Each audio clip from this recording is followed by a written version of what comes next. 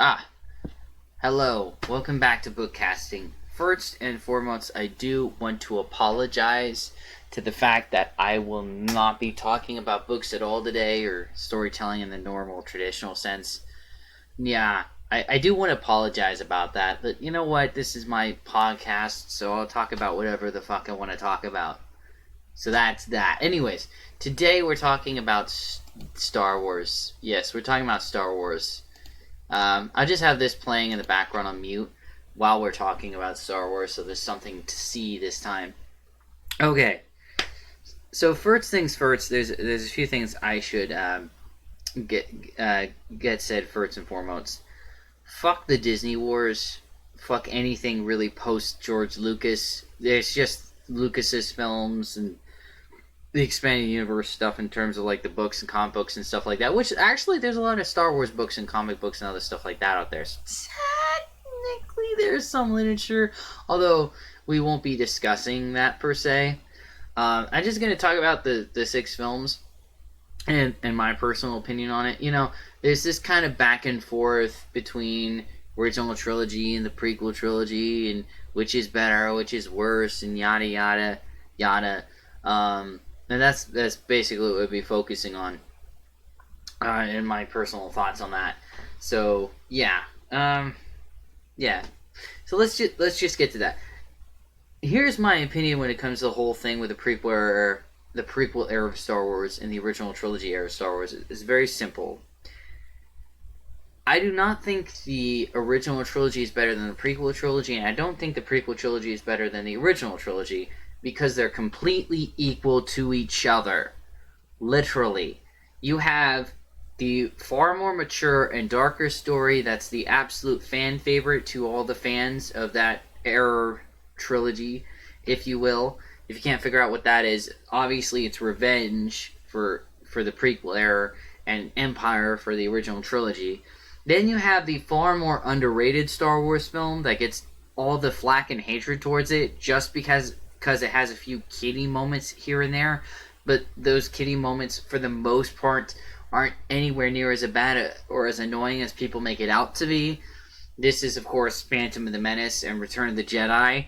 And then this is the one that's really going to piss people off. Then there's the film that's definitely the weakest in the trilogy, that doesn't hold up as well as the others, but they set up stuff for the rest of the films that are really good.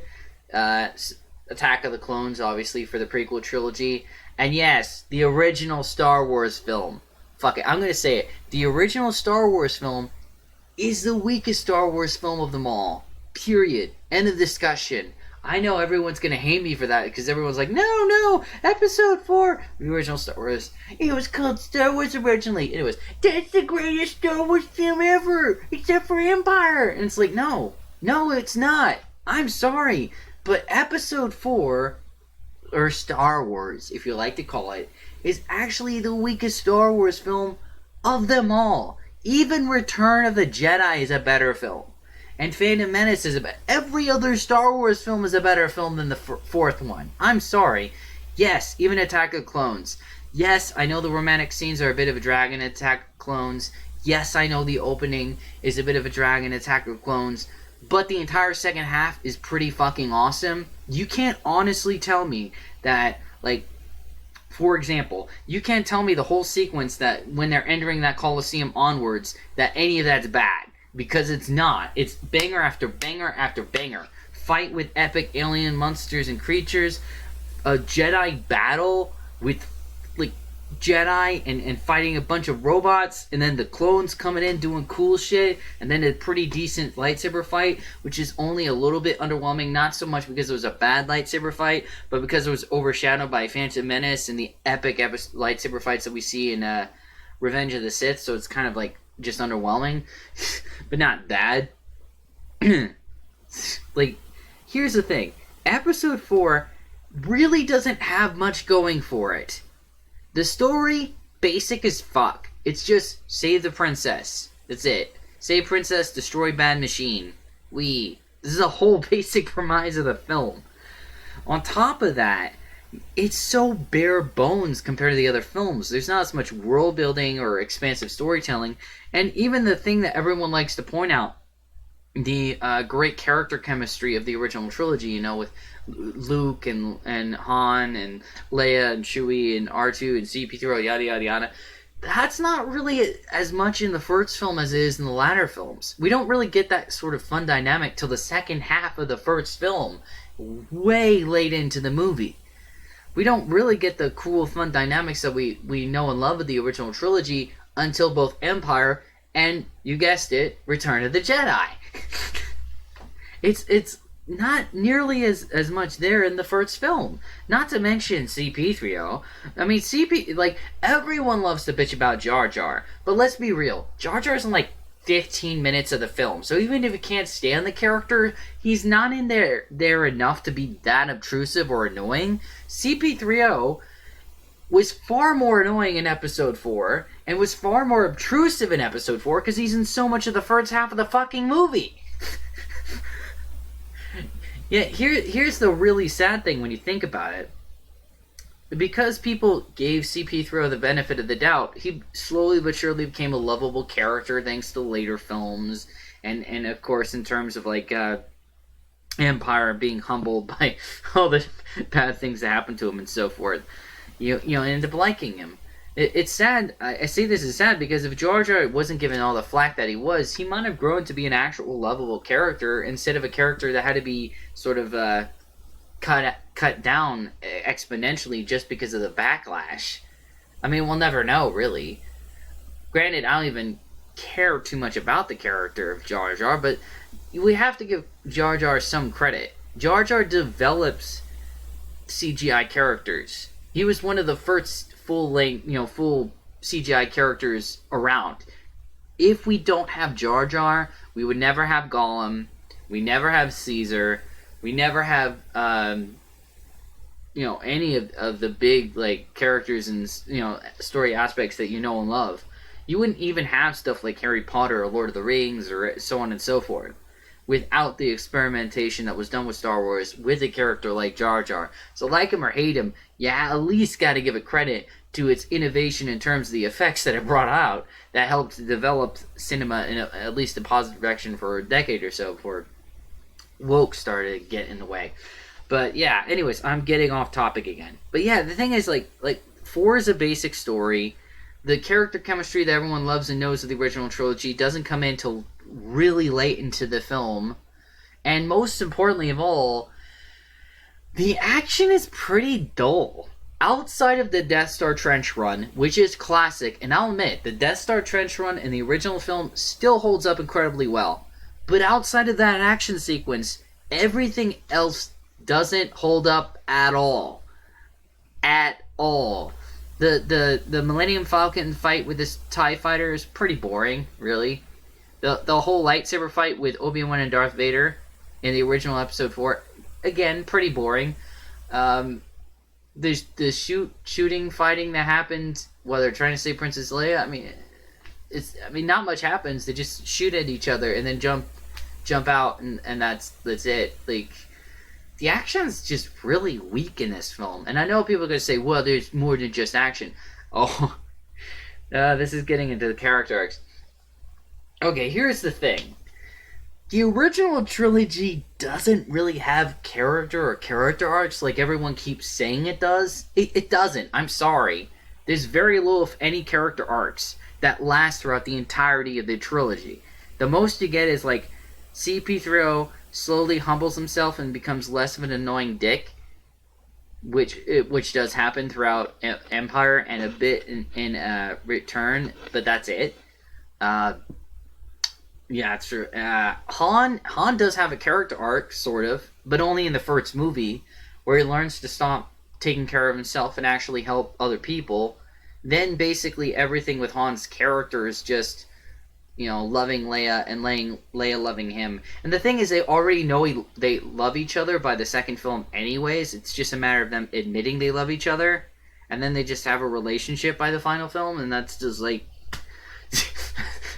I'm telling you, that it wasn't so much character arcs in the original trilogy as it was character chemistry. It was just the way the cast played off each other so brilliantly. That's what really worked. More so than an actual character arc. I mean, Han Solo was literally a damsel in distress for both Empire and Return of the Jedi, if you think about it, because in Empire he gets trapped and tricked by Darth Vader and gets frozen carbonite, and they have to go save him in the next film. Thus, frozen. That's the damsel in distress to be saved by that. Like, I'm not trying to be mean to Han Solo. He's a great character and everything, but like, yeah, the whole comment of like the original trilogy has better character arcs really doesn't hold up at all when it doesn't have much in the way of actual character arcs. It's like, Luke, I will say, does have a character arc. As he sort of learns to become a man, he starts out as a whiny teenager, but he starts to get, he starts to really train and learn learn about the Force and being a Jedi, and that lets him grow and mature into a man, as well as a fully trained Jedi, who then, because of his love and care for his father, does try and redeem him. And that, honestly, that is a great character arc. And I will say the redemption arc of Darth Vader is also really, really good as well. It is one of the few aspects of the original trilogy that does have a big character arc. But a lot of the redemption doesn't come in until towards the end of Return of the Jedi. So, yeah. Now, the reason I say all this is because the prequels, which get complained of just being all action, having no character arcs, actually has a lot more elaborate character arcs than the original trilogy does. Mainly because the stories are far more elaborate than the original trilogy. And of course, a lot of people like to, still diss on the original trilogy because, like, well, it was still poorly executed. No, not really. Like, Star Wars was always supposed to be somewhat campy, and a lot of the complaints that are made are just ludicrous. Like, let me give you an example. Everyone loves to complain about the dialogue, especially in the prequels, which is nonsense, because the same sort of dialogue was in the original trilogy. But I want to go to Toshi Station to get the power converters. Oh, Biggs is right. I'm never going to get out of here. The Force is strong in my family. My father has it. I have it. My sister has it. I mean, come on.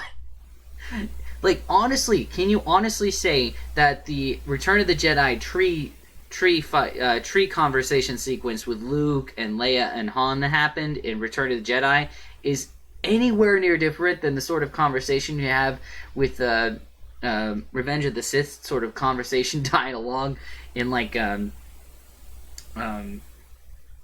whole, like, liar, all that stuff. Like, the dialogue was always like that. Always.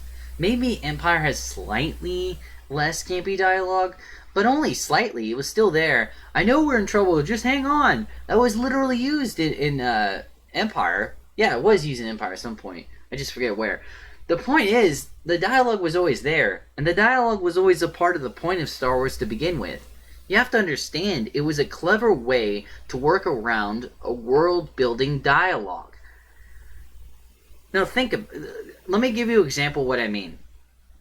Younglings. Everyone loves to make fun of the term younglings, but they ignore where Lucas came up with the concept of younglings in the first place and what younglings actually means within the Star Wars universe. Younglings comes from terms such as fledglings or ducklings, so it meant like little babies, basically. Little baby ducklings, fledglings. That's essentially where it comes from. And younglings is an actual sort of a rank. The way the prequels set up the Jedi Order is actually quite fascinating, and it hardly gets that much this conversation, so I'll explain it to you.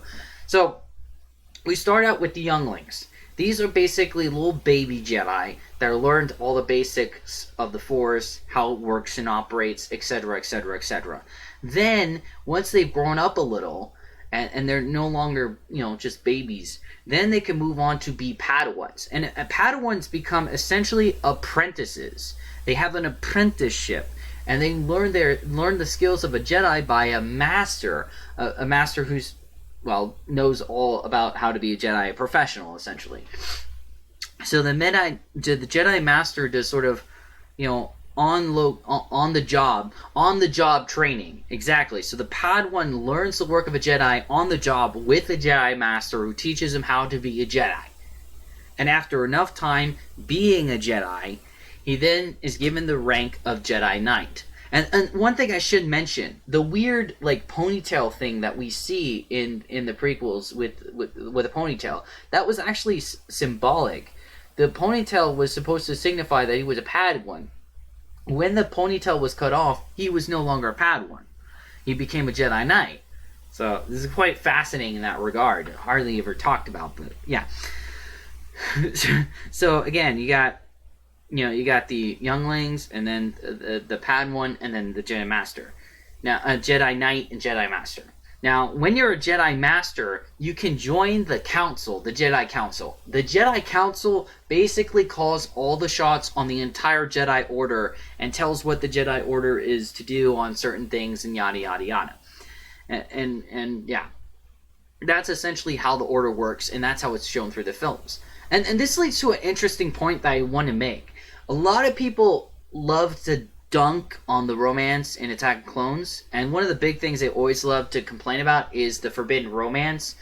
But actually, when you think about it, the forbidden romance actually makes sense because Anakin is a Jedi, and the Jedi are essentially following a sort of religious order, and the religion is sort of in line with the Force itself, which is kind of like a god when you think about it.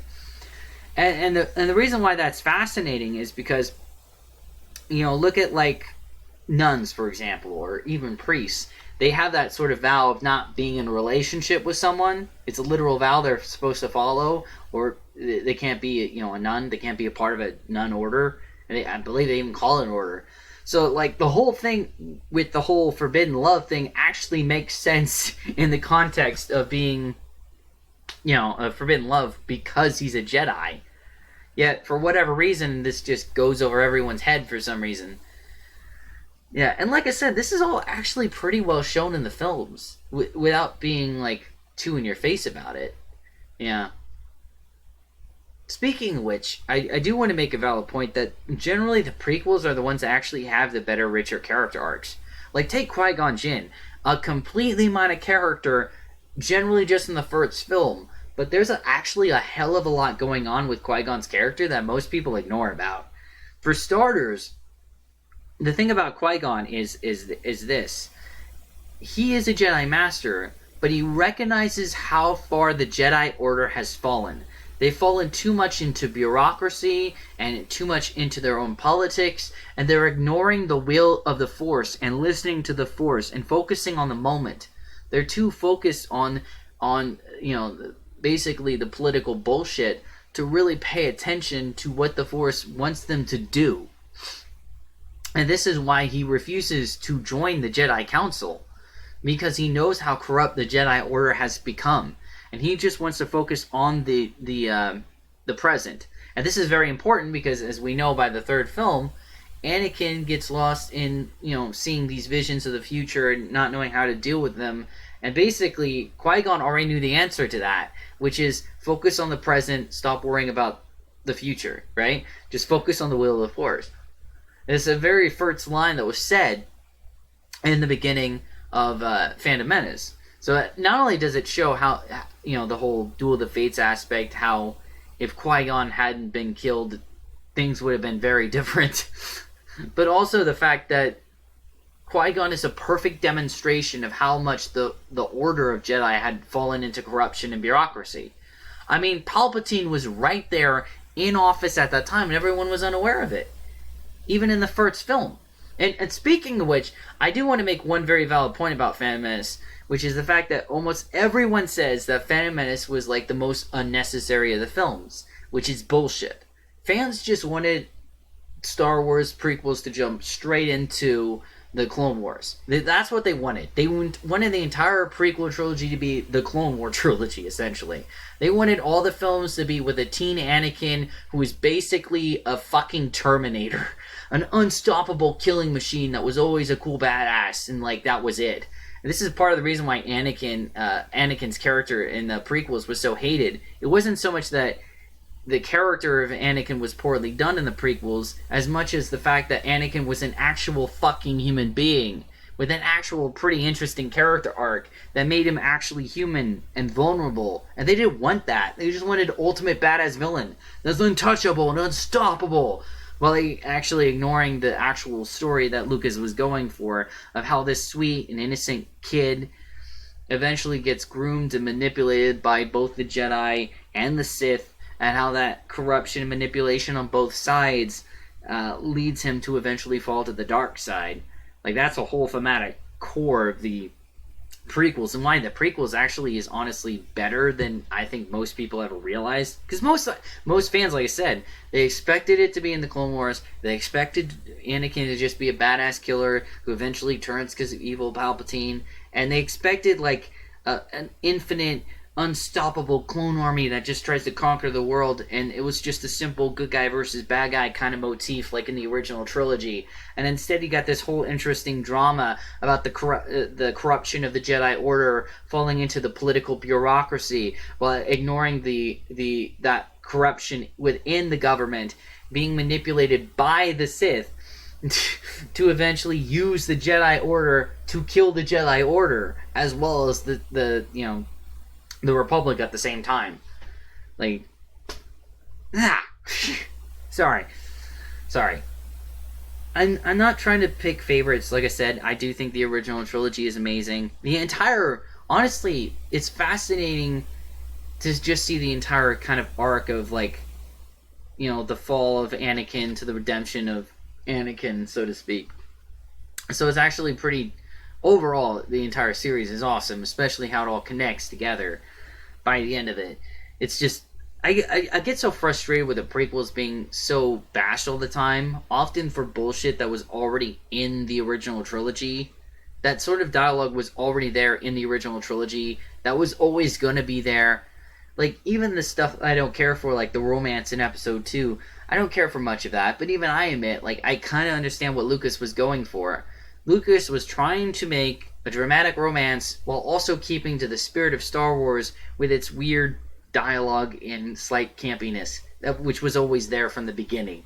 And it has to be there. This is why modern Star Wars is not Star Wars. It refuses to be camp. But Star Wars has to have camp. It always has to be there because it's part of a serial adventure series. And serial adventure series should never, ever be played completely straight. Ever. I do not Yeah.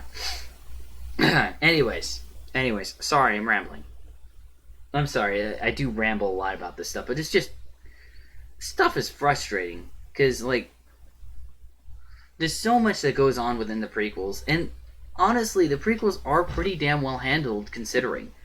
Even like, take for example the complaints towards young Kid Anakin. The thing is, what Lucas was doing with Kid Anakin makes total sense.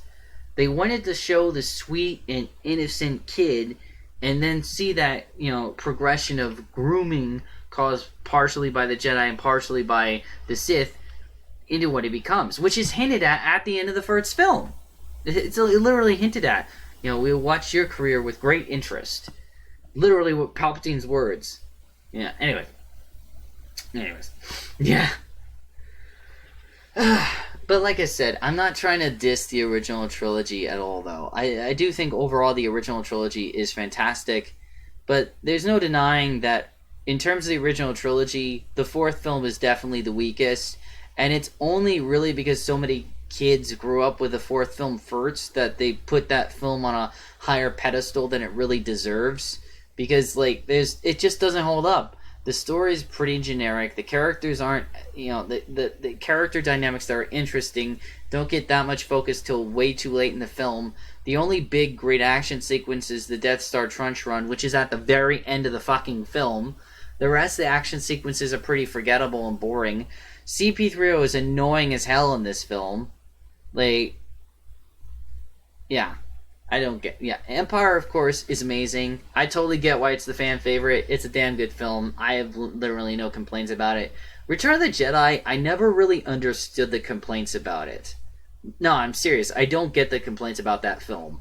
The Ewoks I never really found annoying. At least Jar Jar, I kind of understand why people hate on him. Like, he is kind of annoying with his accent and voice, but he's such a minor character that it's not that big of a deal. And like I said, thanks to the fans hating on him so damn much, and they made him such a minor character in the later films, it's whether you like him or not, it's not even that big of a deal. I don't even understand why people are like, oh, Jar Jar ruined the Star Wars series. Yeah, because he's in one film for like 15 minutes, and you're dunking on him over and over again, led to basically giving that character less and less of a role till he has like no involvement at all by the end of the third movie. So like, I don't see why that was such a big deal at all. Just don't get that. Anyways, as I was saying, with the Ewoks, like, the Ewoks are nowhere near that annoying. They're actually, like, they're cute, I'll give them that, but, like, they're not annoying. They actually do serve their world pretty well, and it's actually pretty cool having the Ewoks, you know, helping destroying the Empire. You know, it's a perfect sort of polar opposite of what you would expect. It's nice.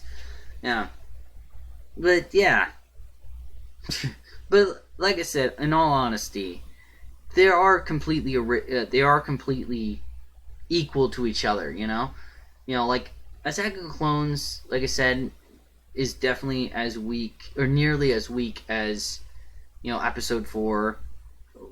Episode 1 and Episode 6 are pretty much, like, equal to each other in terms of, like, having these childlike elements, but still having a lot more story to them than most fans give credit for. And, you know, both Episode 3 and Episode 5 are the best films in their trilogies, bar none. So, yeah.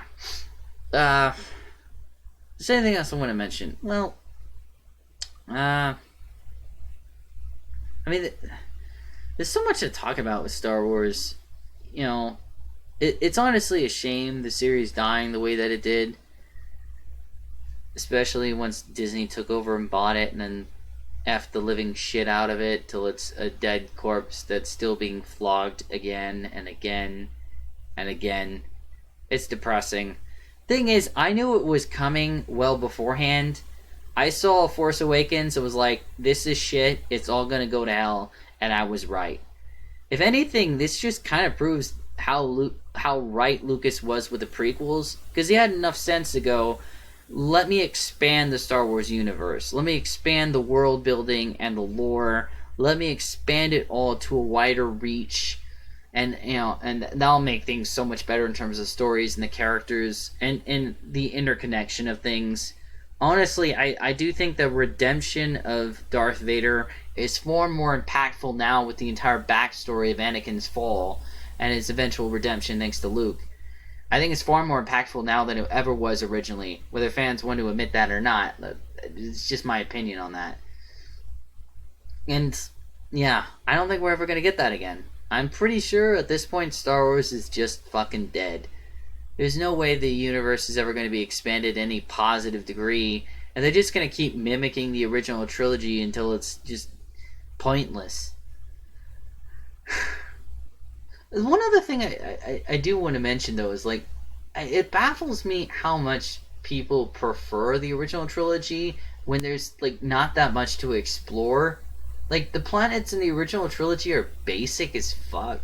Desert planet, a frozen planet, a couple of forest planets. Prequel trilogy. You have a volcano planet. You have a fucking city planet. You got Naboo. Like, you got that cool planet with the bug people in it. I don't get that. I don't. Maybe I'm just being biased. I don't know. But yeah. Yeah. You know, since this is on, I should mention that I do love the original hand-drawn Clone Wars. Love this series. But anyways. I think that'll do for today. Yeah. Yeah, I think that'll do for today. I'm sorry I just rambled on about Star Wars. I can't help it. I've always had these, you know, I've always loved the series. I hate where the series has gone. But I do think that if you had someone that was like a sci-fi fan and hadn't seen Star Wars before, and you let them see like the prequels first and then the original trilogy, if they're a real like sci-fi fan, I bet you they'd actually like the prequels more than the original trilogy because of the great world building of it, especially in terms of the use of the politics and the rich theme of a republic falling into a dictatorship, the corrupt political bureaucracies and how that can easily be led astray to fall into dictatorships. And most importantly, this is one thing that's I almost forgot to mention this.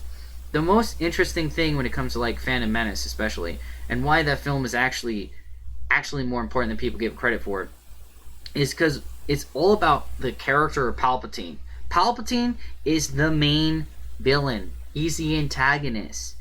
He's the main villain of the entire prequel trilogy, like Darth Vader is in the original trilogy.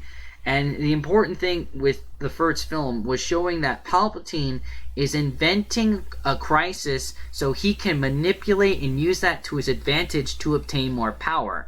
He invents the crisis of getting Naboo invaded, so Padme will eventually escape, head to Coruscant, eventually give a vote of no confidence, let him manipulated by Palpatine himself, who is the Emperor and the Sith Lord, so that there can be a vote of no confidence to get rid of the old Chancellor, and guess who becomes the new Chancellor? Palpatine becomes the new Chancellor. That's why the story actually matters. It's showing his character arc. And that totally ties in with Episode 6, because the whole thing about Episode 6 is that Palpatine sets up this whole trap to trap the rebellion so they can all be offed at once by the bait of the Death Star. Well, that same aspect was used at the beginning of how he came into power by inventing crises to use that to his advantage to obtain power, and that was set up in the first film. So it's no wonder in the second film he starts inventing the whole Clone Wars in the first place as a means of creating a proxy war so he could eventually obtain enough power to create the dictatorship that we see with the Empire. Yeah. Sorry. Just thought I mentioned that. Anyways. Rambled enough. I'm gonna go. Sorry this wasn't more book focused and stuff. Yeah. See you later.